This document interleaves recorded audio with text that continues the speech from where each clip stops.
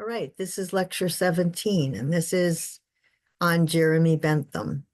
Now, you have to go back to Capra when he's talking about the paradigm shift from the Enlightenment to systems thinking. And when he's talking about the Enlightenment, we are now discussing the Enlightenment. So there were two parts to it. There was the mechanistic view and the materialistic view. So we've gone through the mechanistic view with the modern view of reason, which is split off from emotions. Mind and body are understood totally differently. These are mathematicians, people who were trained in math, and then who studied or taught Newtonian physics, which is based on math, which detaches things from the outside world, creates this absolute space and time, and then creates a science within that bubble. And you have the scientific Newtonian laws, right? The law of gravity, law of friction. And Descartes he vowed to act on clear and distinct ideas, but human affairs are not clear and distinct. And so when he's talking about how to act, he said, well, just make sure I don't do anything unless I know clearly and distinctly what to do. Well, he's not going to be very good at politics. He's not going to be very good at diplomacy, compromise, practical wisdom, right? It's his idea of practical wisdom is pretty isolated. So solipsism is considered sort of being alone inside of yourself. And so there is that influence. And then Kant's view had you follow the moral law, and your mind will create a system of moral laws. And there's a prioritizing of moral laws. And Kant also advocated for universal peace because the number one principle of the moral law is you should never treat another human being as a means only. And in a war, you definitely are. You're killing them as a means to maintain your country's security or invade another country for wealth or power. So needless to say, the rationalists are at the opposite end from an Aristotelian person of practical wisdom who's engaged in every kind of friendship, every kind of deliberation, who's always bringing in all points of view and trying to find out how to compromise and being engaged in diplomacy. And today, the people who are most in that vein, that way of using their brains, math, engineering, technology, are just a couple examples, are Peter Thiel, and Elon Musk, but Mark Zuckerberg also, and then he used it to exploit people's emotions.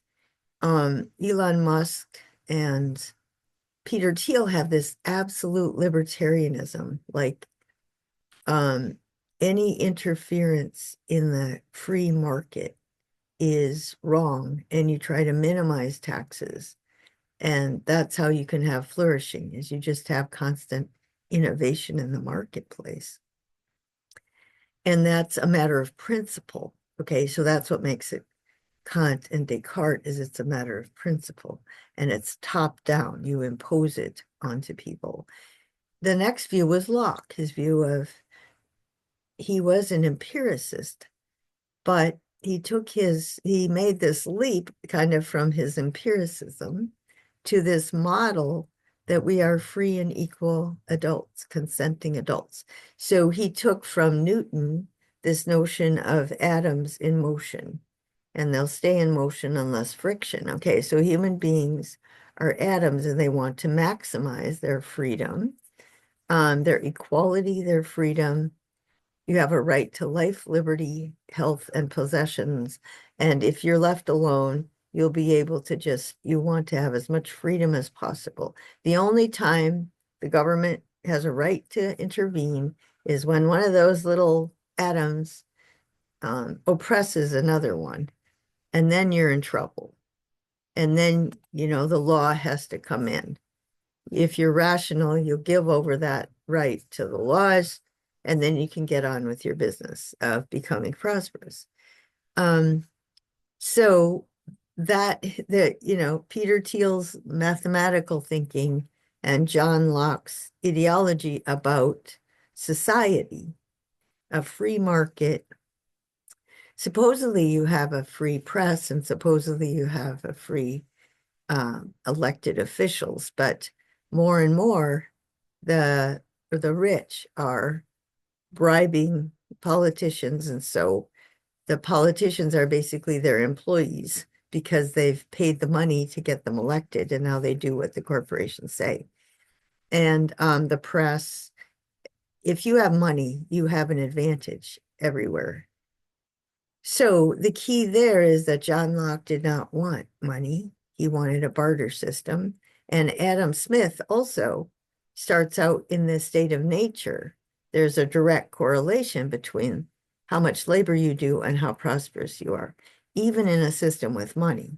But he was very much against owners meeting together to figure out how to pay their workers the least possible, and keep them alive, but maximizing their work, the difficulty, and then they work together so that nobody undercuts another company, because then the workers could go get another job. And they also can resist unions, because if unions threaten to strike, the workers can just hold out, the owners can hold out, and the workers don't have a chance. And Adam Smith was very much against secret meetings where companies would come together and work out how to centralize their wealth. And Adam Smith, knew this was a problem, and he was important that Britain raised their children, especially their children in the privileged class, to be benevolent, to be generous. Well, so now, again, we have American corporations functioning on this equal rights, the notion of rights. So, okay, so I'll leave it there and just come in with the utilitarian. So now we have the other side of reasoning in the Enlightenment, which is just true scientific method, right? These people think, look, we're the real empiricists, okay? We don't act on principles. Forget that a priori reasoning over there with Kant or innate ideas, chuck that, and then forget natural rights, born free and equal. That's way too abstract. We're going to stick with the facts, okay? What are the facts about human beings? And then we are going to create a science of culture, and we are going to create a thriving middle-class society where people have all these virtues, but as the product of social conditioning. So we can set up a system of social engineering so that we'll have this body of rational adults in a middle-class society. So let's look at this history. Here's the history of it. It arose, the utilitarian tradition was, England was in its second wave of reform during the Industrial Revolution. So the first wave had Locke and rights language, and that was leading to the rich getting richer. And so, okay, the blank slate. All right. So the first wave had survival of the fittest, right? That they used Darwin to justify a higher entrenched wealthy class, because that was the class of people that figured out how to adapt to the new industrial age. And so they knew what they needed to know to keep the economy going. And so they should be given the power to do so. But the utilitarians pointed out that natural rights is not provable, and that natural rights were used. The social contract, the relationship between government and people, is just the only right the government has. The only individual right people have given over to the government is military and police to protect you against people violating your rights. That's it. That's the old social contract. And it ends up just defending the gap between the rich and the poor. So they wanted democracy originally, and so they're not getting it. And then they figure it out. Well, what do we have to do to get democracy? The real thing. Um, so they took the science, they said, we're going to be the real scientists. We're going to be the ones that really employ um, scientific method. So scientific method is facts and generalizations, generalizations, formulate a hypothesis, and then prove your hypothesis with more facts. We want a scientific foundation for society. And as a matter of fact, human beings are the product of their genetics and their conditioning, right? They're not born free and equal. They're born into a social context where they're born with a set of genes, and the culture outside conditions them. The biggest influence is conditioning. People grow up in societies with inequality, and they are socially conditioned to accept the inequality and even to believe in it. And that's again where Aristotle's view of practical wisdom was corrupted to justify inequality. But there were also modern views of, well, we're more rational than you. We calculate the most efficient means to the overall GDP, even if most people are struggling and a very few people are rich, or the Lockean view of rationality, or Kant will say something like, well, as long as you don't treat people as means only, well, what does that mean, right? Everything, okay, so they try to exist in a vacuum, just pure reason. And what does it mean to treat someone as a means only, as opposed to an end in themselves? Isn't there more to it than just me being nice to the cashier at the grocery store? I realize she's got infinite dignity and whatever, but shouldn't she also get a higher wage or a chance to go to college or something like that, right? It doesn't occur in a vacuum. Whereas I can believe in perpetual peace and I can be a pacifist, but an Aristotelian practically wise person would get in there on every single debate and figure out, how do we solve this one? Well, it has a different background, has a different context, has different players. Each one is complicated, but you have the same goal. But with Kant, it's just perpetual peace. It's not helpful. So, um, so the utilitarians just we're going to be the real social engineers, right? And we're going to try to raise children equally, right? Right now they're born in these conditions of inequality, but we have the capacity to develop a social science that can show what sort of external rewards and punishments to give to those children that they will respond to, that will enable them to have the virtues, to get access to education, and to move up the social ladder. But it's got to be a whole lifetime of outside influences, rewards and punishments. If children are a blank slate, then they can be educated to get whatever the society wants them to get. But John Stuart Mill assumed in this new era of free and equal and democracy, the point of social engineering is to create a strong and stable middle class and to provide opportunities for everyone to achieve at their highest level. Okay, that would be the same goal as Aristotle, but now we have the real scientific tools to arrive at that goal. That was the idea. Aristotle's idea of flourishing is fine, but his idea of how to get there was inadequate because now we have social science and we can do better. All right, James Mill. So John Stuart Mill's father was a utilitarian.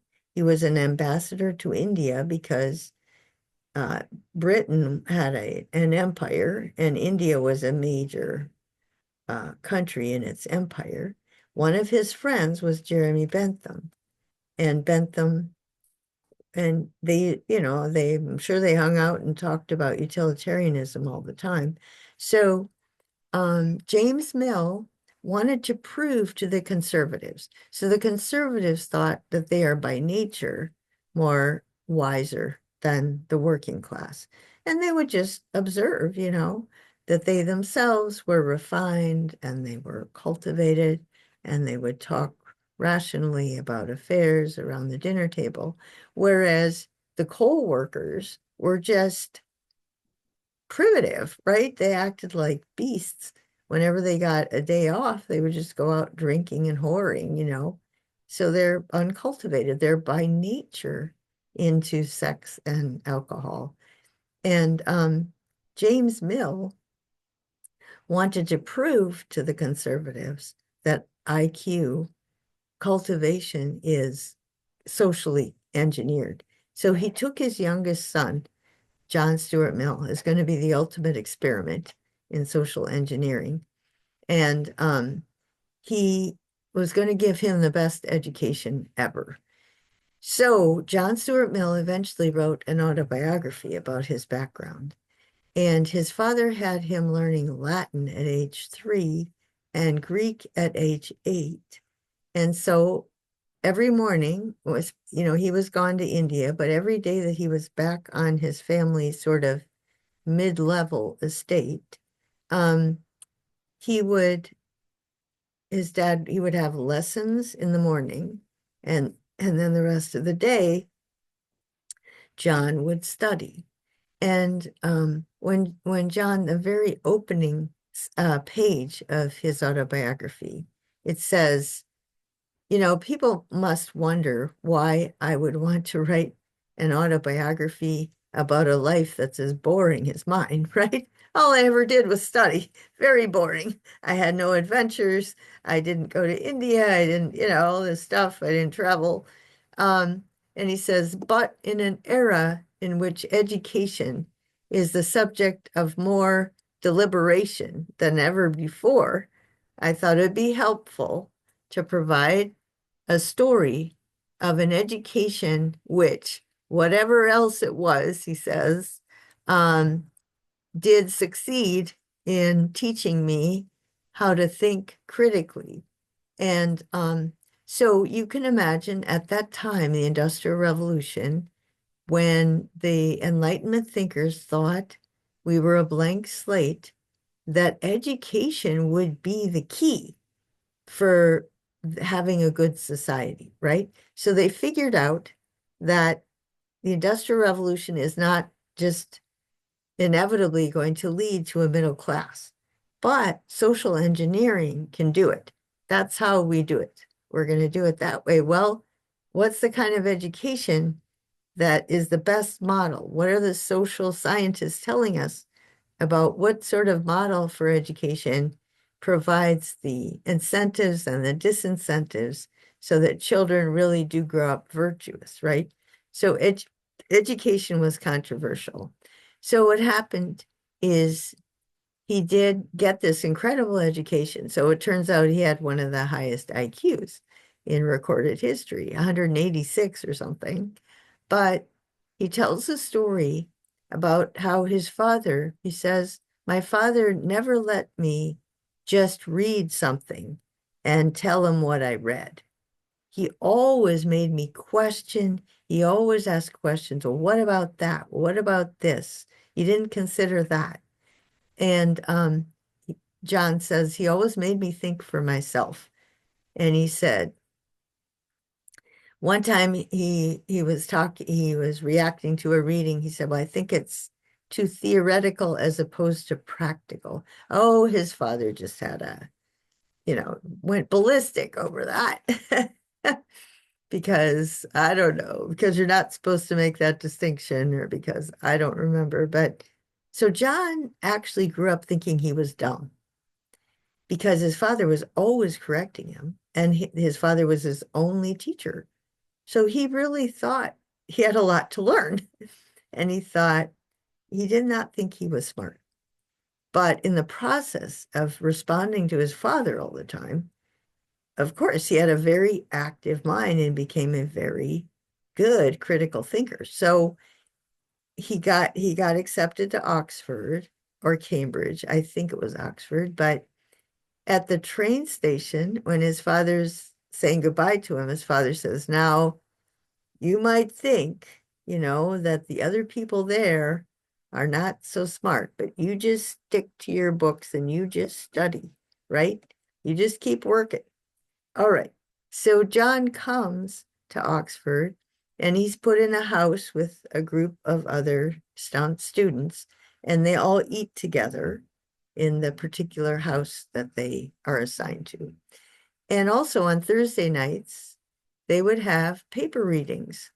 Now, this is just in addition to the curriculums. This is part of the culture, is that people got together and one of them read a paper about something they cared about. So this is like the ancient Greek model of symposia and coming together and having a dinner party, but talking about something serious, because the Greeks knew that the citizens need to think about these things perpetually, really, in order to be able to govern themselves, understand how to think like a citizen. So John used to go to those faithfully, and he just spoke up, he just asked questions. And it was years later before some of his classmates told him that everyone is intimidated by him. He would not have thought of that at all because his dad had been so intimidating to him.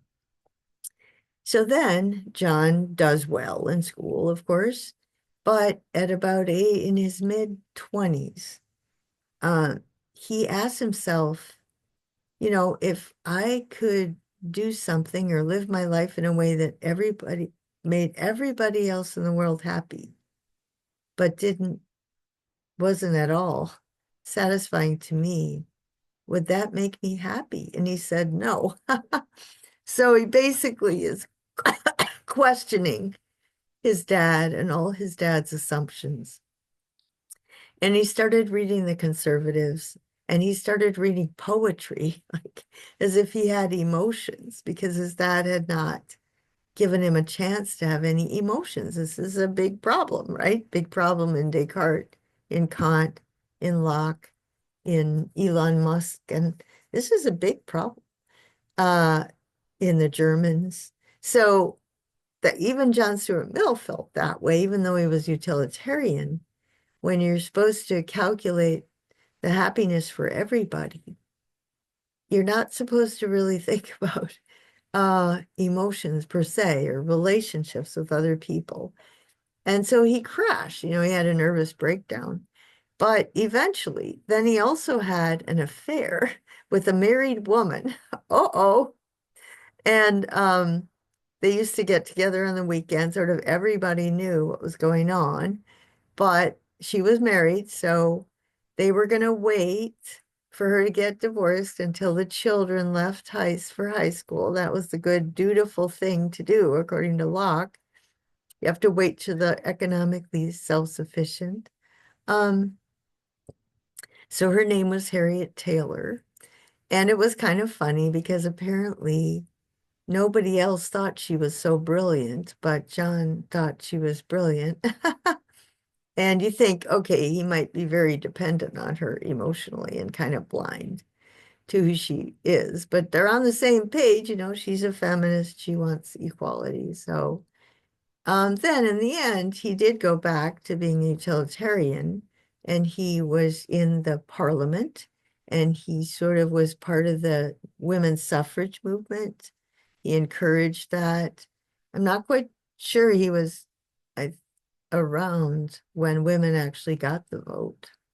I can't remember, but he was in favor of all these liberal causes. He created laws, passed laws. So England did become more utilitarian because of John Stuart Mill, but it was a rocky road. It was not a linear path to become, this icon of liberalism. Anyway, so, all right. Oh gosh. So John Stuart Mill has his theory of utility is very much affected by his background. That's why I mentioned it. Okay. But what does he say? He and Bentham agree on the foundation of utilitarianism. They disagree on the applications of it. So I'm going to just put the foundations here, and then I will repeat them again with Bentham just to make sure you've gotten them twice. And then we'll talk about Bentham's view of pleasure, and then we'll talk about Mill's view of pleasure. And then I think, yeah, and then in the next video, we'll talk a lot about the applications of this and how this really tells you a lot about the difference between the Republican Party and the Democratic Party in the way that they deliberate, the way they talk about whether we should have taxes and what sort of programs or institutions we should have. So sometimes both parties do this, make the same decision, but for an entirely different reason. They have a different philosophical foundation. And that matters over time because the philosophical foundation will tell you a whole list of issues that the Republicans and the Democrats, some of them they'll be on the same page, but lots of times they're not. And they're both partly right and partly wrong. And if each one gets too much control, you're in trouble. So, okay, what's the greatest happiness principle? Is first of all, good and evil are located in actions, whereas in Aristotle, good and evil are in character. You need a strong moral character. John Stuart Mill rejects the notion of character, right? If somebody habitually if somebody has a strong character, they habitually act in a way that's consistent with the utilitarian principle. So let's just stick to the principle. The reason why they're considered good is because their actions are good. The reason their actions are good is because they promote happiness and prevent unhappiness for the most number of people, right? Actions are right in proportion as they tend to promote happiness, wrong as they tend to produce the reverse of happiness. By happiness is intended pleasure and the absence of pain. By unhappiness, pain and the privation of pleasure. So again, let me remind you of how many books we've read that talk about happiness and that have explained that the Americans' view of happiness has gone from contentment or flourishing to pleasure and self-indulgence. And these difference between Bentham and Mill is important because it reflects that same division. So this division has been going around for a long time, ever since our founders, right? Ever since the founding of our country, we've had this ambiguity between happiness as whatever gives me pleasure, and I can define it however I want, as long as it doesn't hurt anybody else, and happiness as a fulfilling life, a flourishing life, according to Aristotle. Okay, why? But Mill claims, actions are right, they promote happiness, pleasure, the absence of pain. Why is it scientific? Well, because it's based on facts, right? And observations. So when we observe behavior, people are acting on pleasure, right? I mean, anybody who says I'm doing this because it gives me pain needs to go to a mental institution, right? They're sadistic or masochistic. I'm doing this because it gives other people pain. No, like this is really unhealthy, right? The healthy human being, just like an animal. So they're comparing us to animals. We're sophisticated animals, but right at the bottom of the brainstem, we're animals, okay? We have to get pleasure and pain have to get conditioned. All right. We can say that the motives for our actions are pleasure or principle or whatever, but you can't measure that, right? Um, so you could say, no, no, no, my motive is the moral law. Well, and a utilitarian says, no, your motive is because it gives you pleasure to believe that you're following the moral law, right? That's why Himmler took the idea of a moral law and made it, into whatever satisfies the Führer, right? Because that's what gave him pleasure, that's what kept him alive, and that's what gave him power. So, um, somebody else says, I'm doing this because I think God wants me to do this. And and the answer to that is no, you're doing it because you want to be pleasing in the eyes of your God and you want to go to heaven, not hell. And that's pleasure, right? I'm doing it because I associate it with pleasure, even though I call it God, or I associate it with my moral duty. But it's actually pleasure. You take pleasure in thinking that you have a good will. Um, all right. Whatever we might believe, we do not act on beliefs unless we associate them with pleasure and avoiding pain. Therefore, there's a subjective feeling in the mind that's the real motivator of our behavior. It's not the thought, it's the feeling, okay? Um, it doesn't matter what you think. What matters is what you do and the consequences of what you do. And what you do is based on pleasure and pain. Um, okay, so there's no such thing as conscience. All right. So the Christians were saying, you have a conscience, follow your conscience. And um, and John Stuart Mill says, no, nobody, what we call conscience is just a feeling in your mind of what makes when your conscience is when you feel good about what you're doing because you think it's morally good, or when you feel bad about because you think, but it's the feeling that really drives you. So whatever we call some sort of thing in our head, conscience, is actually this feeling that's encrusted over. It's collateral associations. It's based on all of our experiences, sort of put together, derived from sympathy, love, fear, all the forms of religious feeling, recollections of childhood, all our past life, from our self-esteem, our desire for the esteem of others, and occasionally even self-criticism, right? It's all these emotions that come together and are behind what's driving us that we think is what your conscience, follow your conscience. It's just a set of associations. Morality can't be based on character. That's the Aristotelian view.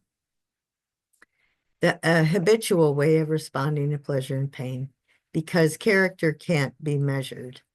The way a person's character can be judged is if a person habitually performs actions which maximize happiness, right? You can't say a person. So when Aristotle says that the best thing in the situation is what the person of practical wisdom decides. And, it's like, that's circular, right? And so a utilitarian would say, forget it. The best thing is what maximizes happiness. And Aristotle's definition of the person of practical wisdom, actually, if you unpack it all, they make these choices that maximize happiness of everyone. It's the best foundation for judging good and evil because it's not based on some transcendent reality like God and the Bible and Revelation. It's not based on some a priori reasoning that everybody has a different idea about. It's just based on something measurable, tangible. Everybody seeks happiness. Everybody avoids unhappiness. Everybody associates happiness with pleasure. Everybody associates unhappiness with pain. So you can't prove it because the only evidence you have, the only evidence to prove that anything is desirable is that people actually desire it. No reason can be given why the general happiness is desirable, except that each person, insofar as he believes it to be attainable, desires his own happiness. So the utilitarian doctrine is that happiness is desirable and the only thing desirable, and all other things are desirable only as a means to that end. All right. So, let's see. Well, okay, so let's get the other one. Oops. So let me get the next one, the Bentham outline. All right, so James Mill conditioned his son to seek happiness, to live his life according to the utilitarian principle. And he studied history, he studied the Greeks, the Romans, all this stuff, but always with this idea that all of this is going to culminate in utilitarianism. And so, he would read, I'm sure he would read Plato and Aristotle. I'm sure he would read Seneca and all those ancients. And they're always talking about character, right? And then he read the medieval philosophers and he read Kant and he read Locke and all this stuff. So, but the punchline was the utilitarianism really tells the truth and we can actually get somewhere. Always before it would devolve back into this struggle between good and evil. We weren't making any progress on the struggle between good and evil. And we're still getting the centralization of wealth. We're still getting abuses of power. So how can we really, really solve it once and for all is social engineering and utilitarianism. So Bentham, it's the same basic principles, right? Right and wrong values are determined by pleasure and pain. The moral science, it'd be, a science of morals would be improved if you just recognize that. Cause and effect, scientific truth about human behavior is discovered by human reason and it's determined by pleasure and pain. So we have to do all this social science research to figure out what sort of external stimulation causes pleasure and motivates people or causes pain and inhibits people. All social institutions should be founded on a study of pleasure and pain, and then you make laws based on maximizing pleasure, okay? So here's the same principle once again, utilitarian principle, but that's important to repeat because every action, the principle which approves or disapproves of every action is according to its tendency to either increase or decrease happiness of the person whose interest. So the notion is whose interest, which means if it's in my interest it maximizes my happiness or minimizes my pain. And every action of a private individual and every measure of government should be concerned with maximizing the individual's pleasures and pains. An object is an object of utility when it does promote happiness or avoid unhappiness. The interest of the community is the interest of the members of the community. The interest of the individual is what adds to his sum total of pleasures. An action is conformable to utility when it tends to promote happiness or prevent unhappiness. An action is, okay. A measure of government, same, when it produces happiness, it's utilitarian. A person or partisan of the principle is a partisan of the principle when they judge actions according to their capacity to promote happiness. If an action is conformable, it's what ought to be done. It's the right thing to do. Okay. And Mr. Bentham says nobody disagrees with this. It's not provable because it's used to prove everything else. Human beings by nature act on this principle without thinking about it. Some people disagree, but because they disagree because they don't understand it or they misapply it. Whenever a person tries to refute the principle, they end up using it. This means the argument is simply a misapplication of the principle. So I just want to give you a heads up here that systems thinking is a rejection of this. This is reductionist, materialist thinking. It's my pleasures and pains. It's just like Locke, right? My rights. If somebody violates my rights, then I have a right to go to court. There should be a law against it. I have a right to a lawyer. I have a right, blah, blah, right? Otherwise, I have a right to pursue my happiness however I want, right? And so, and the government just considers each individual's rights. All right. And so the utilitarians just say, actually, they're not functioning on rights, they're functioning on utility. So they're adding up every individual's rights, which is their pleasures and the absence of pain, right? And then the laws they make are to maximize people's freedom is the same as to maximize their happiness. So being free to make whatever choices I want without anybody getting in my way is both what Locke says rights are about, but also the utilitarians say it's really oftentimes the very same decisions, but for a different reason. We're maximizing pleasure. And that's important because the Republicans tend to use the rights language for one set of policies, and the Democrats tend to use the utilitarian language and come up with a lot of different policies. So you have to keep that in mind. But then the key in this class is that this paradigm, the entire thing, is dated, and we have to change it to systems thinking. But for now, I want you to understand, and I want you to understand that you actually believe a lot of this. All right. So suppose someone were to discard the principle of utility. I'm not just a herd animal. I don't act just on pleasure in the absence of pain, right? That's not me. I'm better than that, right? Well, what alternative?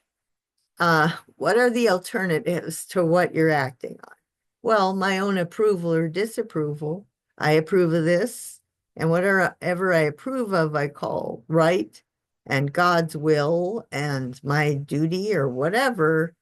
But everybody else has their own opinion about what God wants or about what reason requires, right? And would anybody want everybody else to act on whatever they happen to think?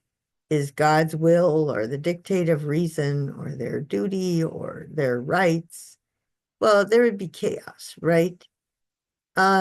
If all he wants is his own opinion and everybody else can have theirs, well, people would be hostile to each other and you'd have social chaos and eventually you'd have the rise of an authoritarian leader. Um, and if he wants everyone's opinion to be the only principle, he's an anarchist.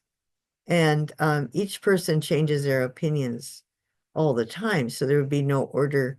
And then there'd be the rise of an authoritarian. If he claims his opinions are based on reflection, what are the reflections based on?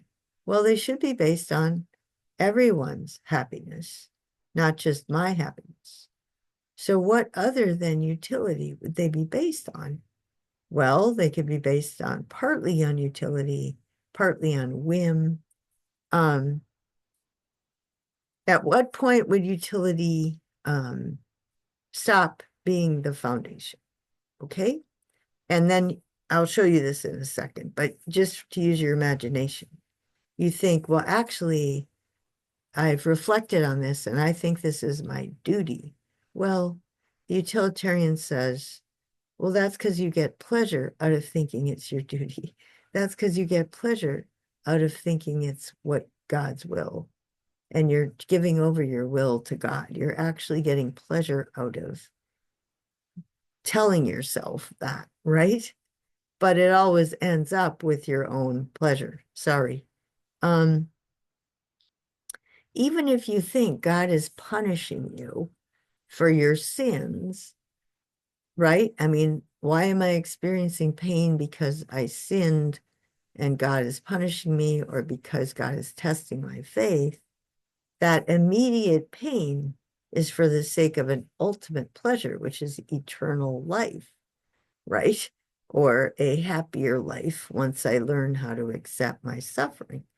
So that's how a utilitarian would analyze people's ideas of morality. So the legislator must always aim at the happiness of the most individuals as the standard, according to which they should force citizens to behave. All right, the legislator has to use pleasure and pain as the means to get people to conform to laws which promote the greatest happiness. Okay, so on the Locke view, if the legislator is going to force you to do something you don't want to do, it's because you violated somebody else's rights. On the utilitarian view, if the government is going to tax you or not let you live in this area because it's zoned for somebody else, or make you buy an electric car, or make you get airtight windows to save energy, or make you, I mean, lots of things to promote the greatest happiness for the greatest number. That's utilitarian.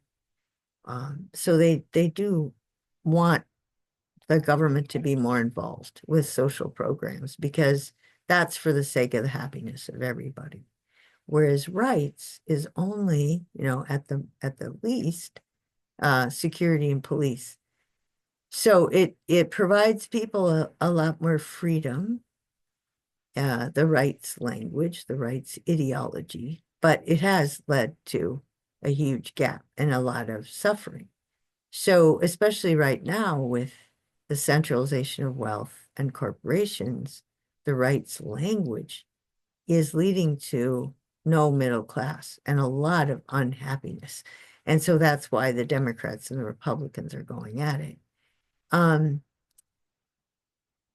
Let's see. But it's important to know that John Locke wouldn't have sided with the way rights are applied. Adam Smith would not have. And then the question is about the utilitarian. So within the utilitarian movement, there's also a lot of disagreement. And it starts with a difference between Bentham and Mill. So what does Bentham say? The legislator should always aim at the happiness of the most people. He has to use pleasure and pain as the way to get people to conform to laws, and the laws themselves promote the greatest happiness. Okay, what are the four sources of pleasures and pains? Physical, political, moral, and religious. Inasmuch as the pleasures and pains can be used to force obedience, they're called sanctions. So pleasure and pain is expected to in the present life from the ordinary course of nature. It's the physical sanction. All right. So if you run a red light, you're going to get a ticket, right? Or even more immediately, if you touch a hot stove, it's going to hurt. So you'll stop touching the hot stove. If you if you run on ice, you're going to fall down and get hurt. So you'll stop running on ice, right? Just the things that happen to people all the time, right? They do something, it hurts or it feels good, and then that's the sanction. If it feels good, they do it again. If it hurts, they stop doing it. Okay, so that's the immediate pleasure and pain. If it comes from, if it's expected in, okay, if it comes from a judge or somebody representing the laws of the state, it's the political sanction. So that's, if you do that, you're going to go to prison. If you do that, you're going to go to jail. If you do that, you're going to get a fine. If you do that, uh, that's the usual thing, right? Something painful. And those things are all painful. And so you don't do it or you don't do it again. Um, if the pleasure or pain comes from people in the community making spontaneous judgments, it's the moral or popular sanction. So the honor council and the social council, those aren't laws on the books. They aren't Arkansas laws, but they're policies within a community. And of course, there's a problem when the social council has its policies, but there's popular sanction that students don't take each other to the honor council or the social council because they get socially ostracized. Like, don't tell that I cheated because you won't have any friends, right? So if it's the threat of not having any friends, that's the moral sanction. If it's the social council is also another kind of social group. Remember, Aristotle talked about different sort of social networks that also tries to create sanctions um, in order to create a community at Lyon College, an honest academic community. Um, if the pleasure or pain comes from God, it's the religious sanction. If you do that, you'll roast in hell. If you do that, you'll be able to go to heaven. So yeah, a lot of people's religion, if you just parse it out, you'll realize, oh, it's just a system of pleasures and pains. It's not very much, it's not about whether the universe has an ultimate ordering force or anything. It's not a deist point of view. It's not about the nature of physical reality. It's about pleasure and pain. And religion can be used as an effective tool of social engineering, but the utilitarians wanted to cut the religion out because that's what went on in Europe. It was used for pleasure and pain. That's all they thought. It's just a system of pleasures and pains. So we're gonna set up one that just flat out says it. And in the secular world, and we don't refer to God in the secular world, but we also don't refer to some abstract notion of duty, and we don't refer to some abstract notion of rights. We just maximize happiness. And so let's see, the suffering from a natural cause would be a flood. If it's inflicted by law, it's political. If it's a punishment from a moral sanction, it's the disapproval of another person. The suffering from religious sanction, disapproval of a deity. Suppose someone's goods are consumed by fire. Now let's just say the person was pretty negligent about having a really messy house and smoking and throwing cigarette butts in the wastebasket and falling asleep, right? I know somebody who died because they did that. But just general negligence, and maybe the neighbors knew that this apartment or this house is really a pit, and it's just, it could easily um, burn because nobody's taking very good care. Maybe it has a gas stove, something like that, that would make people kind of nervous. Well, suppose it does burn, the house does get on fire. If it's an accident, if it was just an accident, the person generally lived a very normal life and really didn't deserve this or wasn't negligent in any way, that's a calamity. If it's personal neglect, then that's the physical sanction, right? They paid for it physically. If it's the sentence of a political magistrate, for example, your house gets raided and it's so disgusting that the law, the police, or the um, social workers, they decide they have to burn what's in it because it's so disease ridden, right? Might have maggots or something. If it's due to the neighbor's perception of the person as immoral, and so they're not willing to help you out, right? Yeah, I saw that house burning and I didn't call the fire department. I wanted it to burn. Um, or I don't like that neighbor. They're a horrible person. I'm not going to help them out. That's a punishment of the moral sanction, right? You've created enough pain in your relationships with other people that they in turn create pain for you. If it's God's displeasure, right, due to sin, then it's the religious sanction, right?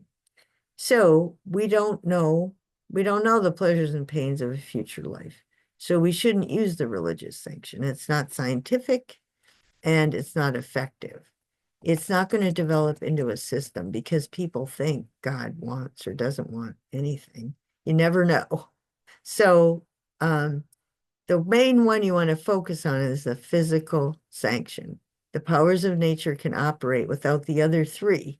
You don't really need religion or duty or any of that stuff if you have a very good behavior modification system. So these other sanctions, political, moral, religious, are not effective without pleasures and pains, though they are what motivate us in the end. Well, then, how are we going to measure pleasures and pains? That's the next issue. And okay, so I have to wait a second. Uh, All right, so now that we have Bentham and Mill, the utilitarians establishing that we're going to maximize happiness, and that means you calculate the happiness of each individual person. And the total happiness is you add up all the individuals. So this is the opposite of a systems view where the whole is greater than the sum of the parts. And so the idea there, when it got connected with John Locke and Adam Smith, was in a capitalist society, if I just focus on my economic well-being, then everything will work out. That kind of rugged individualism, which is not working anymore. But at the time, they wanted to get rid of religion, get rid of the class, get rid of Aristotle being used to justify privilege, get rid of, anything. We're going to base it on science and we're going to base it on empirical science. We're going to base it on the fact that human beings are driven by pleasure and pain, just like animals are. So whenever you see studies where the researcher, is often psychology, is testing monkeys for how they behave when you give them sugar or when you give them a shock and they're afraid. And, and you're trying to make an analogy between animals and humans. That's this kind of stuff. But it's again a reductionist view. And we will see the difference between Bentham and John Locke when it comes to calculating pleasures and pains. So Bentham, okay. So Bentham, how do you calculate pleasures and pains, right? How to measure it. This is a section. Well, okay, if you're going to make a law, you have to figure out the value of each pleasure and pain so you can compare them.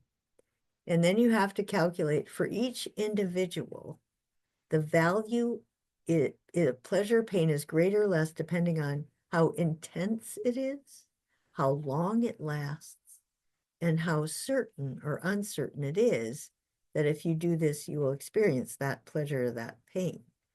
Then is it immediate pleasure or pain, or is it remote, right?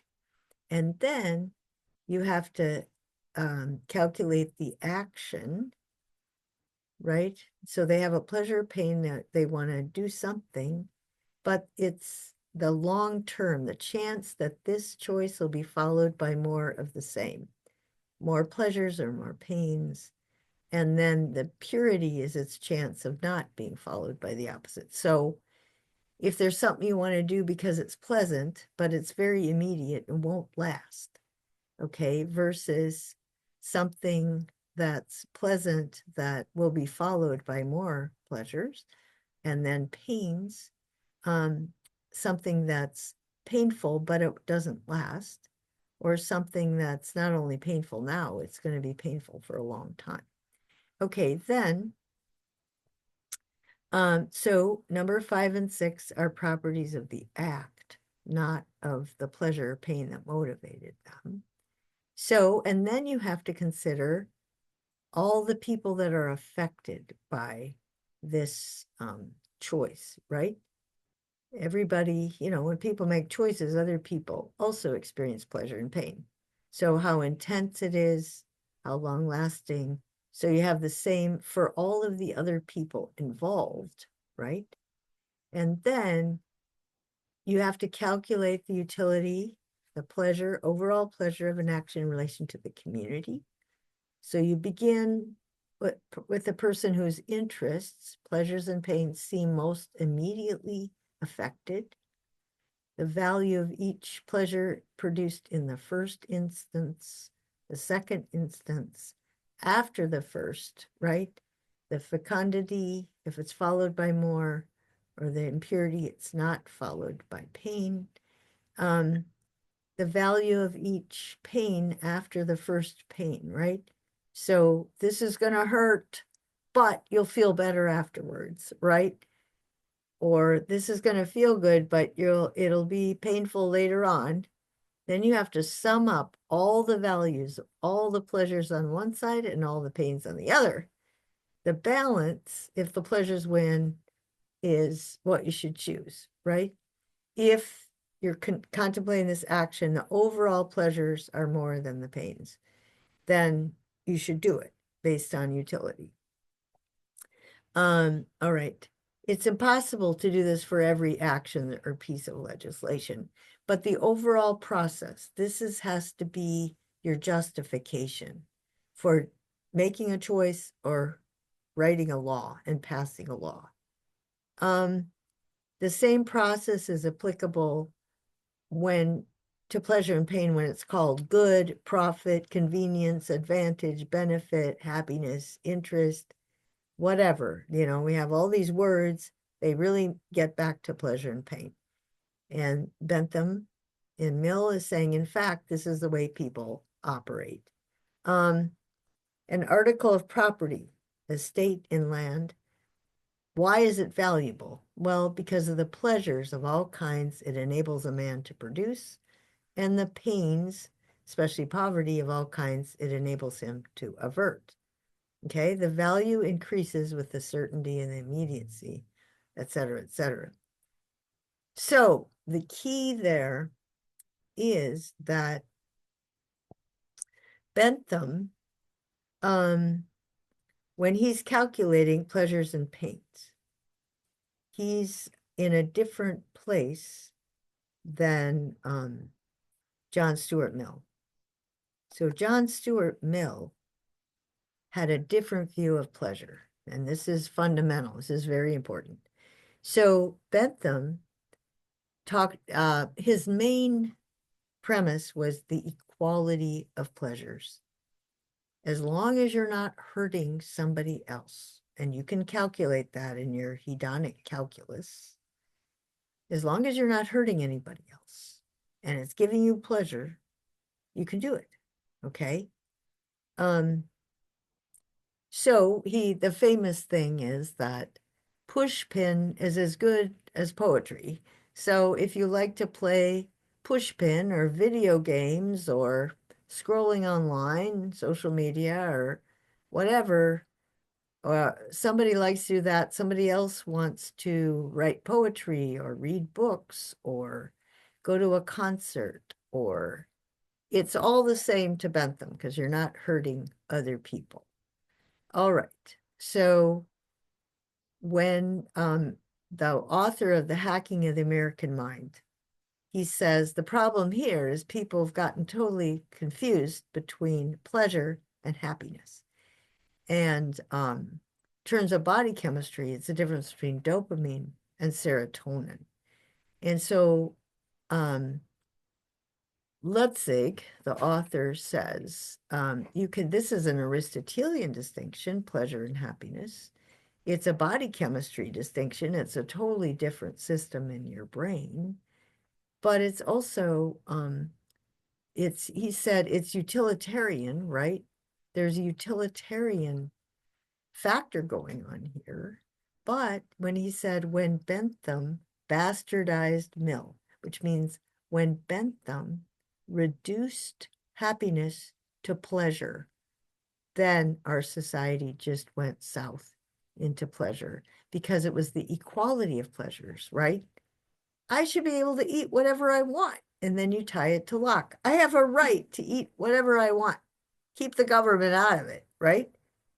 Well, what if the government says we have to regulate sugar because we're trying to protect your right to health, right?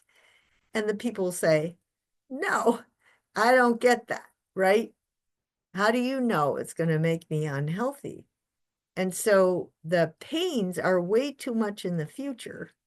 And they're statistically, right? Statistically, Lutzig says you're going to get a metabolic disorder by the time you're 50 if you don't stop eating sugar or stop eating very much of it. No, keep the government out of my life. I have a right to pursue whatever pleasures I want. And then the same with the economic system. I have a right to buy what I want. Keep the government out of my life. The only purpose of government is military and police. Leave me alone. Well, all right. So Bentham's interpretation of happiness, equality of pleasures, has prevailed. And Americans are impulsive. Social media has tapped into that. And it's the way many, many people interpret freedom. It's not leading to flourishing. Now, what about Mill? How did Mill interpret it? So goes back to his childhood and the way he was raised. The nature of pleasure, the pleasures of the intellect, of feeling and imagination, and of the moral sentiments, right? Which is the desire for empathy with other people. They have a much higher value as pleasures than those of mere sensation. So he's saying if you take that calculus and you go through what are the pleasures, how immediate, how long lasting, eating sugar is an immediate pleasure, dopamine, but then it's followed by pains, right? The fecundity, right? And so And again, it's only you, it's not how sugar makes you feel doesn't affect other people. But when you get sick, then you need health care. And then that you go for government health care or you go for your employer, and everybody else has to pay money because you ate sugar and you got sick, you got diabetes. So Mr. Lutzig is angry that it turned into Bentham's equality of pleasures because it's costing us tons of money and making us very unhappy. And if utilitarianism had been tied to Mill, you would have laws against sugar. You would have a lot more laws. And he does talk about how corporations pay for political campaigns. So the politicians just follow whatever the corporations say, and it's called freedom, and you're free to pursue whatever you want as long as you don't hurt somebody else. And nobody thinks that these longer term effects of bad habits, sensational pleasures, are going to have adverse consequences, right? So that's what Mill says, that the higher pleasures have more value as pleasures, right? Over the long haul, you're a lot more happy, you're more content, you achieve long-term goals than those of mere sensation. Then he says, of two pleasures, if there is one to which all or almost all who experience both give decided preference, without any feeling of moral obligation to prefer it, that's the more desirable pleasure. And he says it's an unquestionable fact that people who are equally acquainted with and equally capable of appreciating and enjoying both higher pleasures and lower pleasure give a most marked preference to the manner of existence which employs the higher faculties. Is that empirically obvious, right? If you took a Gallup poll of what gives you pleasure, how many people would say, oh, reading a book, going to a concert, feeling empathy, volunteering, as opposed to, chilling out, going to a sports event, um, eating a dessert, entertaining myself, right? Entertainment. We do that a lot. Going on to Fox News and feeling the pleasure of getting mad at liberals or something like that. So John Stuart Mill, the idea that you could do an empirical experiment. And what's the problem there? Well, how many people have actually been exposed to the higher pleasures? Well, what would that mean? It would mean that everybody who goes to college, because they've been exposed to these higher pleasures of reading and thinking and writing papers and going to concerts and plays, right? Lyon College, you get exposed to all these higher pleasures. Anybody who's exposed to both would definitely choose the higher pleasures. All right. So, yeah, okay. Is that true? Nobody goes drinking on Friday night. Okay, or nobody overeats, or nobody has sex, or anything like that. No, no. And this is without any moral obligation, right? It's just more pleasant to read a book. I want to spend Friday night reading because it's more pleasant to me. Okay. Well, every once in a while you might get a student like that, but the idea that 80%, it's a most marked preference. That would sounds like 85, 90% would prefer the book. Yeah, I don't think so. So what's with you, Mr. Mill, right? That's why you have to get his background, right? Makes sense to him. A being of higher faculties, that's us, requires more to make him happy, is capable of more acute suffering, and is certainly accessible to it. More sensitive people suffer more than a person of an inferior type. All human beings possess a sense of dignity. Well, how did you get that from your calculation of pleasures and pains? I mean, the problem there is that if you treat people like animals, they don't have a sense of dignity. Where did they get that? From pleasures and pains? Well, or from their conditioning. Did their parents have to teach them to have a sense of their own dignity? Right? Or Kant, he wants kids to be taught that they have this freedom, this reason of infinite worth. And the utilitarians say, no, no, that's not empirical. So Mill, I don't know, it seems like a bit iffy, but it's intuitive to him because of the way he grew up. The nature of happiness. So I ask my students to write down their top 10 pleasures and how they would define happiness. If you want to stop the video and just write down, what are my top 10 pleasures? Being honest, I don't want to know this. I don't want it in your post. And how do I think of happiness?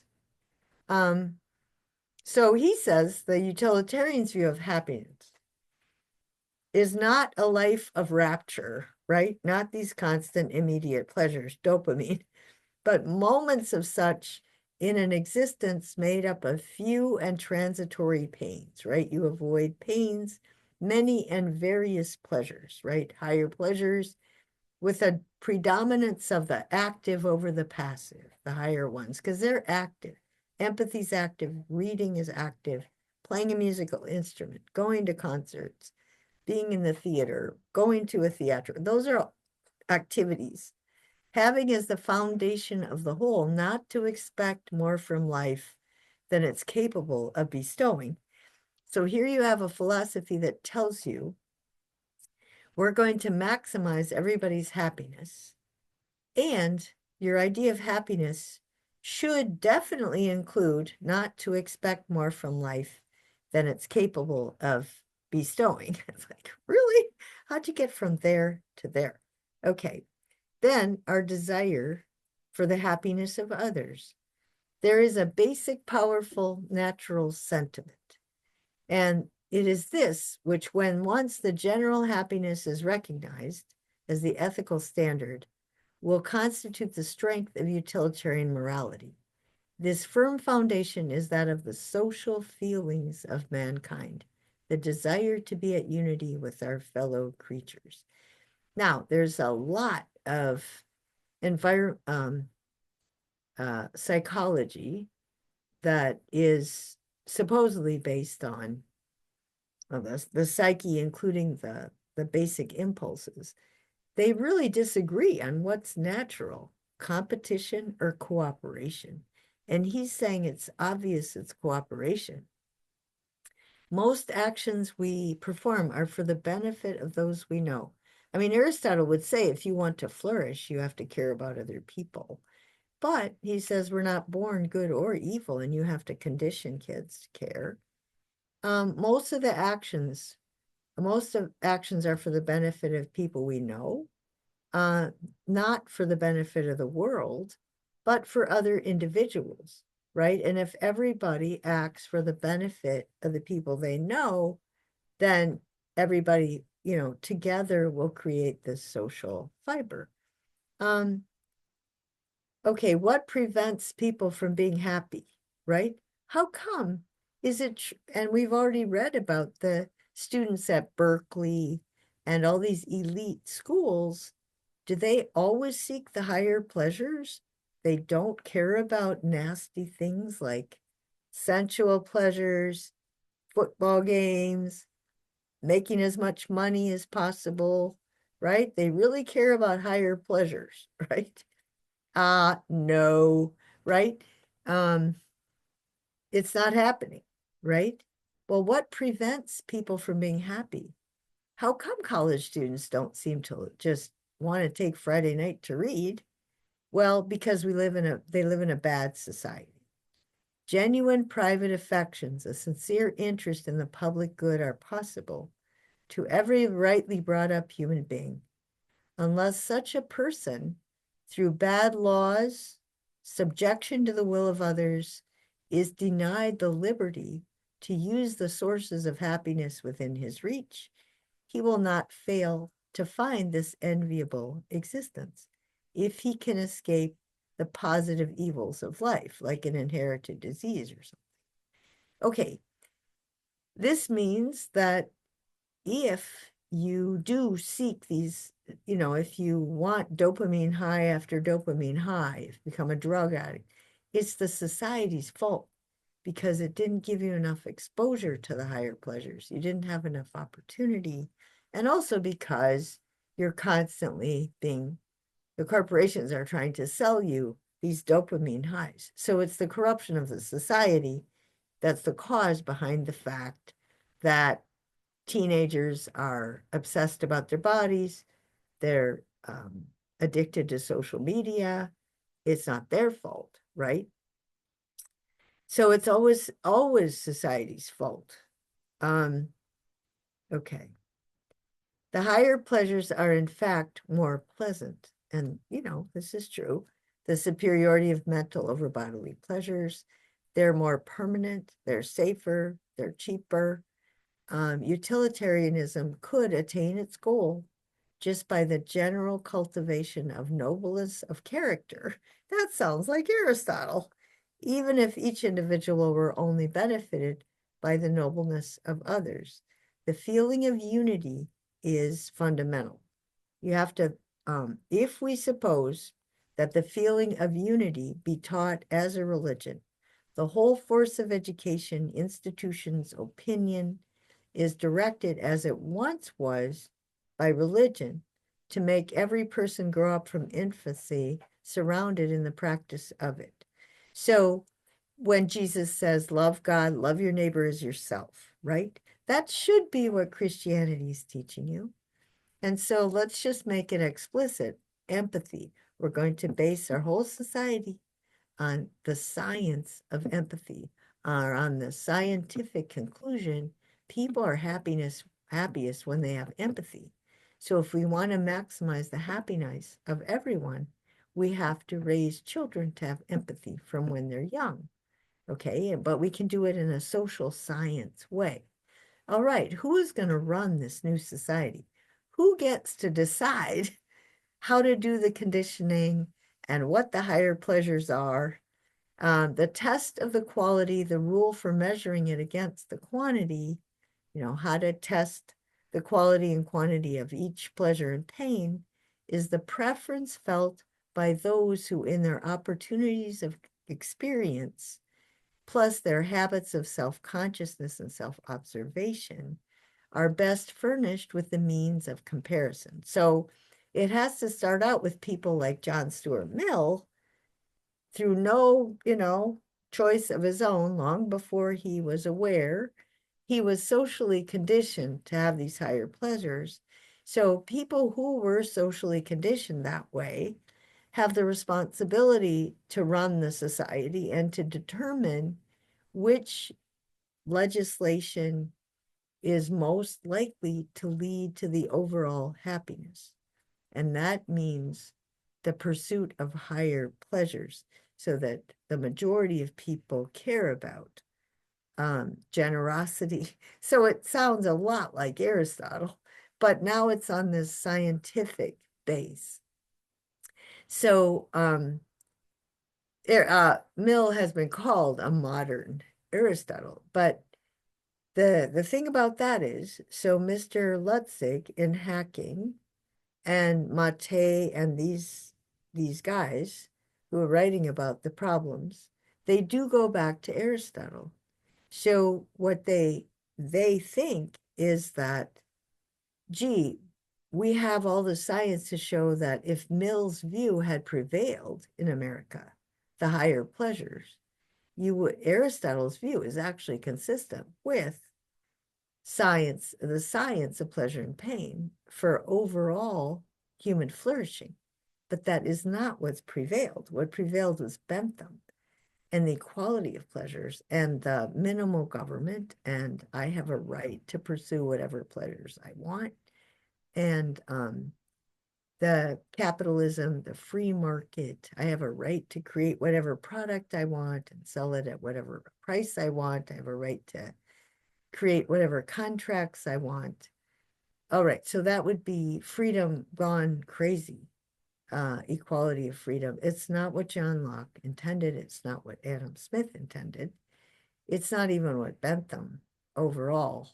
Well, what's happened is so much has changed. So everything I do affects the clean air, clean water, recycling, avoiding toxic waste, avoiding the microplastics in the ocean when people use plastic. So nowadays, even more than ever, there's so much interconnection between everything we do and its effect on everybody else now and in the future, definitely.